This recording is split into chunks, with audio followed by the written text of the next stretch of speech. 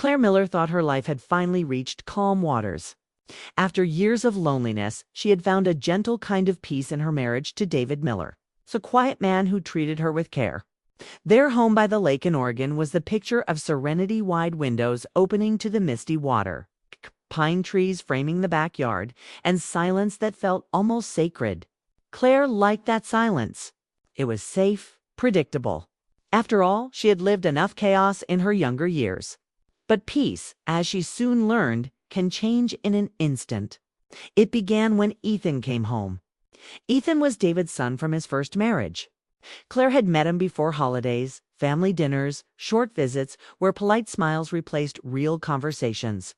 He had been 20 when she married David, quiet and a little withdrawn, focused on college and distant from family life. She hadn't thought much about him since. But now, at 23, he was moving back home after losing his job in Portland. David mentioned it one evening over dinner. "He just needs a place to get back on his feet," he said casually.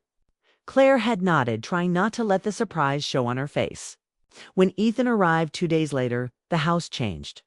She heard his car before she saw him, the gravel crunching under tires, the slam of a car door. When he stepped inside, suitcase in hand, Claire noticed how much he'd changed. His hair was a little longer, his frame leaner, his face marked by something she couldn't name: disappointment, perhaps, or exhaustion. He smiled when he saw her, that polite son smile, but there was warmth in it too. "Hey, Claire," he said softly, his voice deeper than she remembered. "Thanks for letting me stay for a while." "Course," she replied, returning the smile. "It's your home too." David welcomed his son with a few strong pats on the back and quickly began talking about practical things: job searches, routines, responsibilities. But Claire barely heard them. She was studying Ethan without realizing it. He seemed older than his age, not in appearance, but in the way he carried himself, measured, calm, yet heavy with unspoken weight. Over the next few days, the rhythm of the house shifted.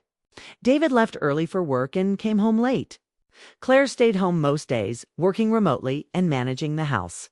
Ethan spent his time applying for jobs, sometimes stepping outside to take long walks by the lake.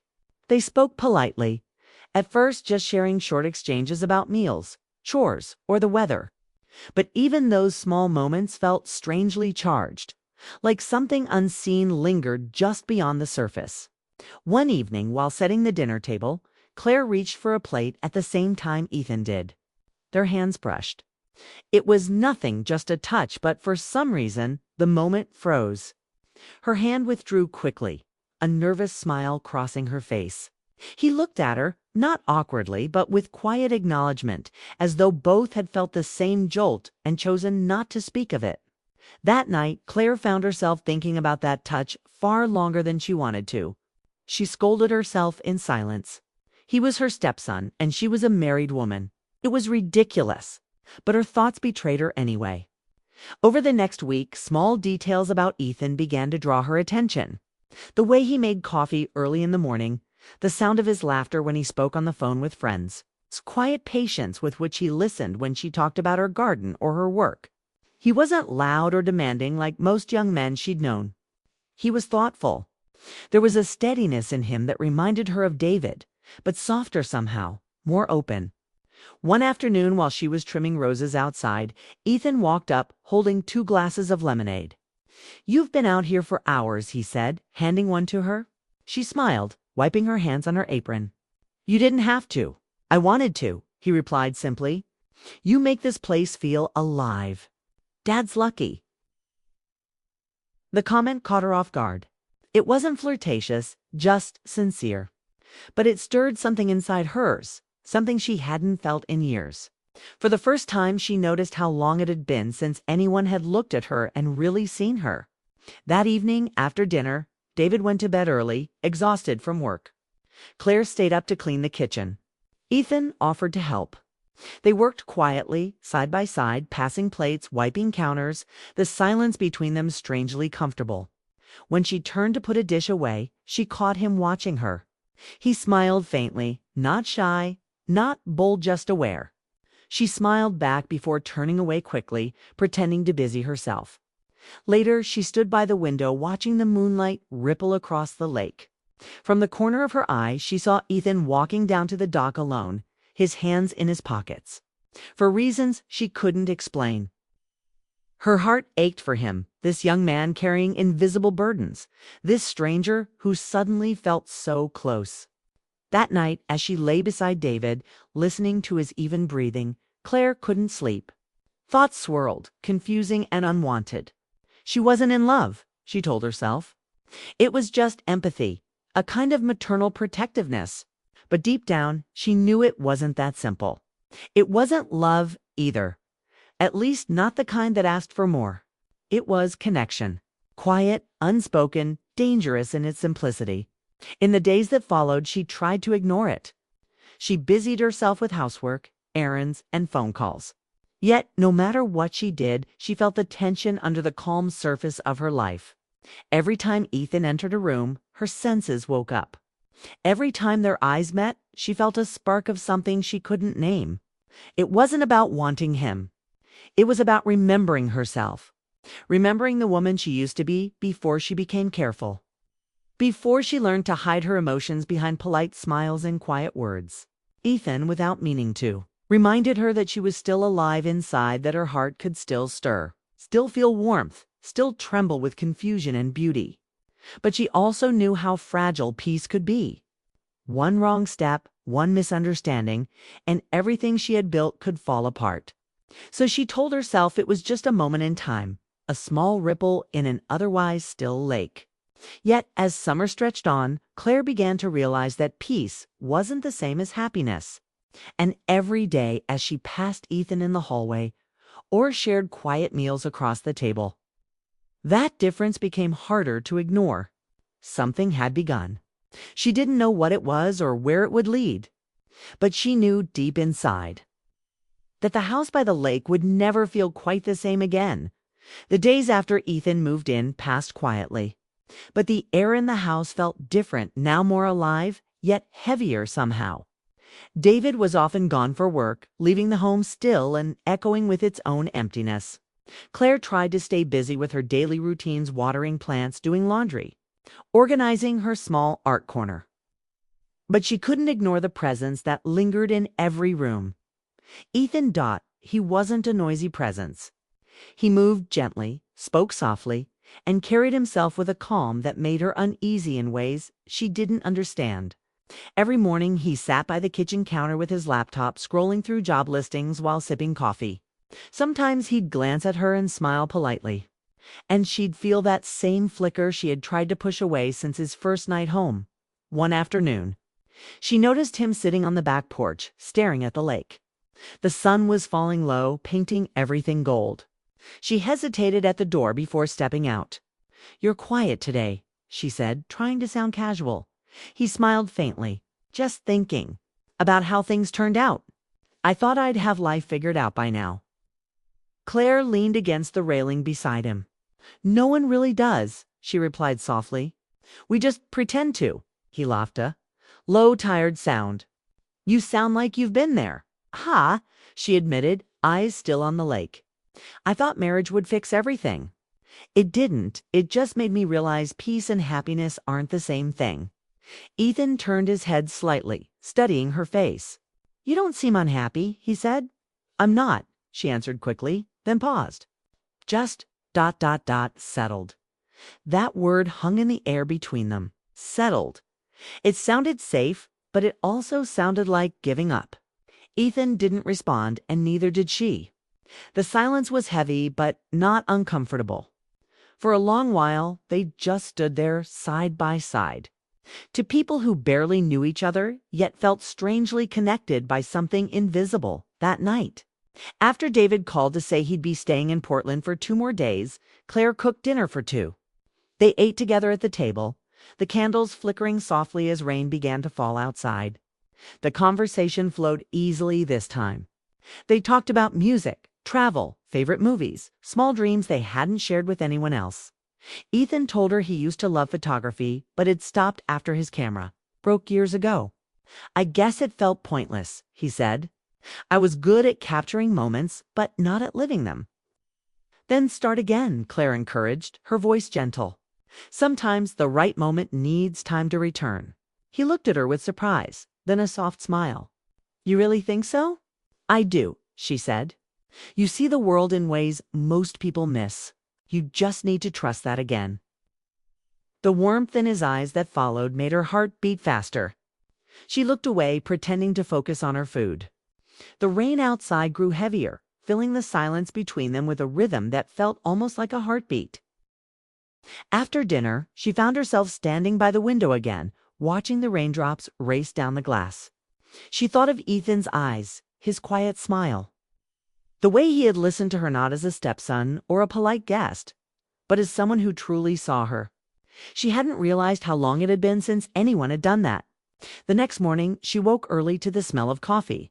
Ethan had already brewed a pot and left a cup for her on the counter. There was a note beside it. Good luck with your meeting today.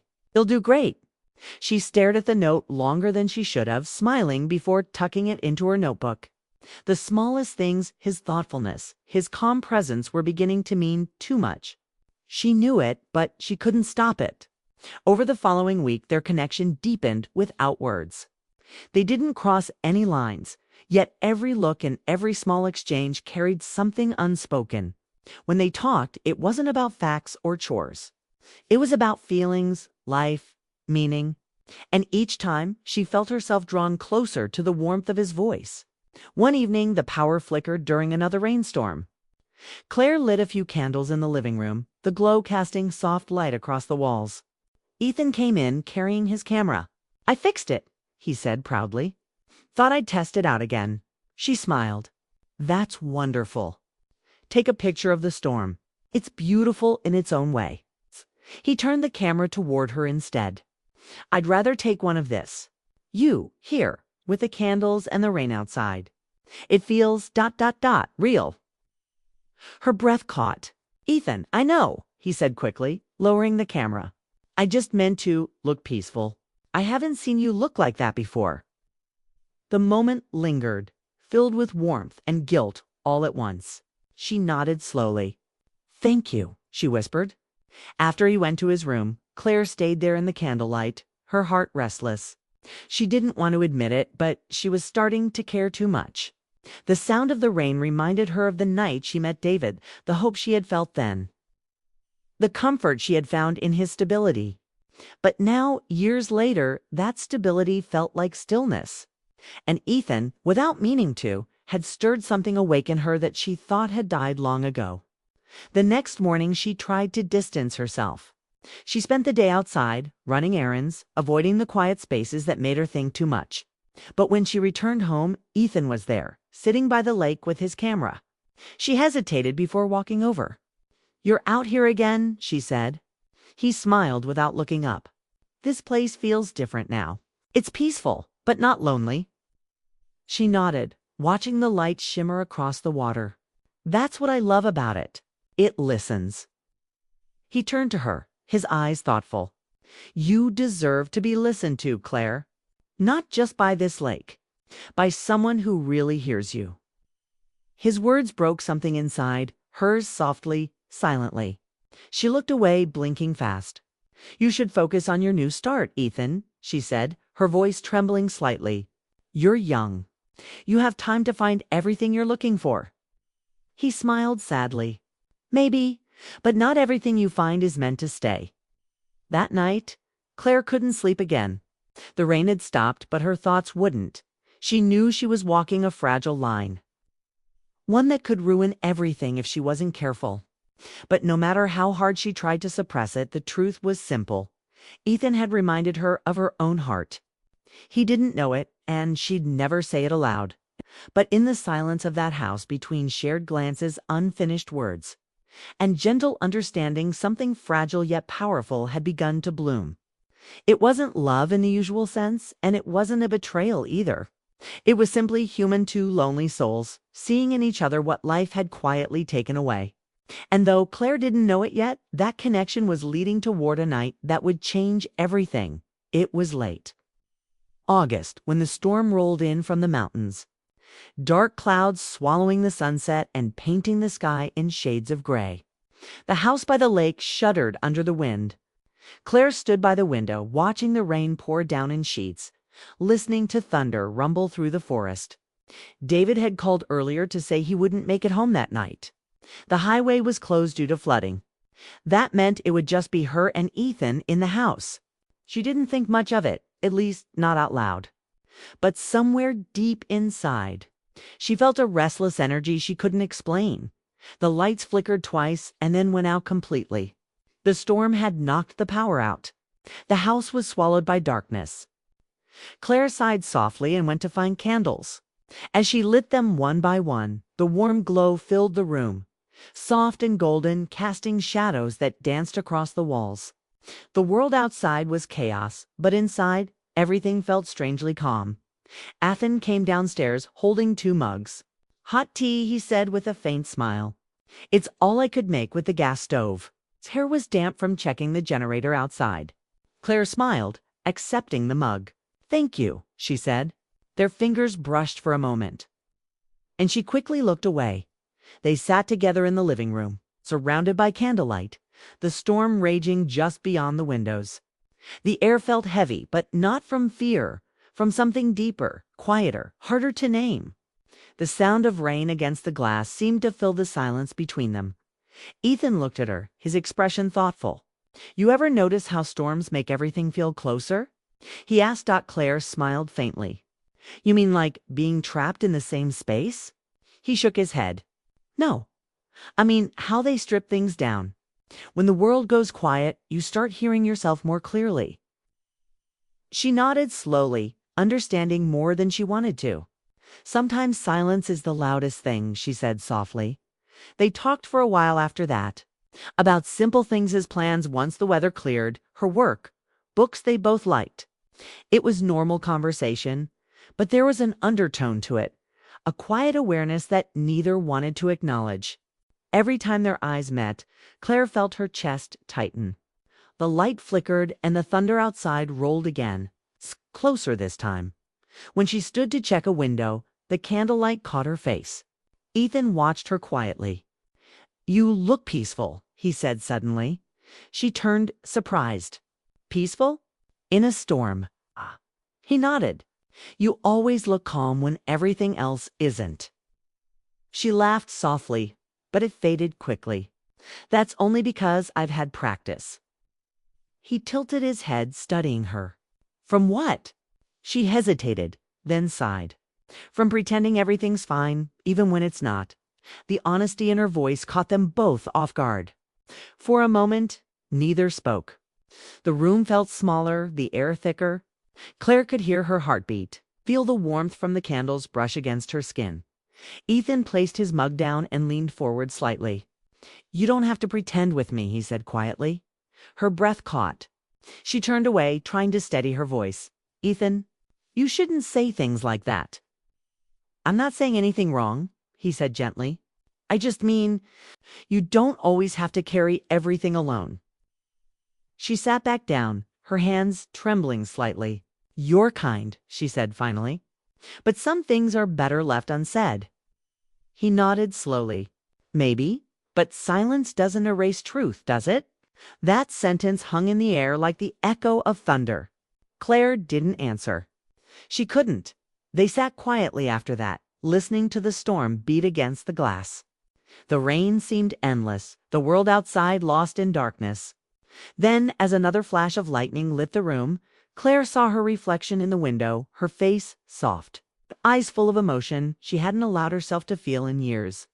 She wasn't sure if it was loneliness, longing, or something in between. All she knew was that Ethan was sitting there beside her, and for the first time, she felt truly seen.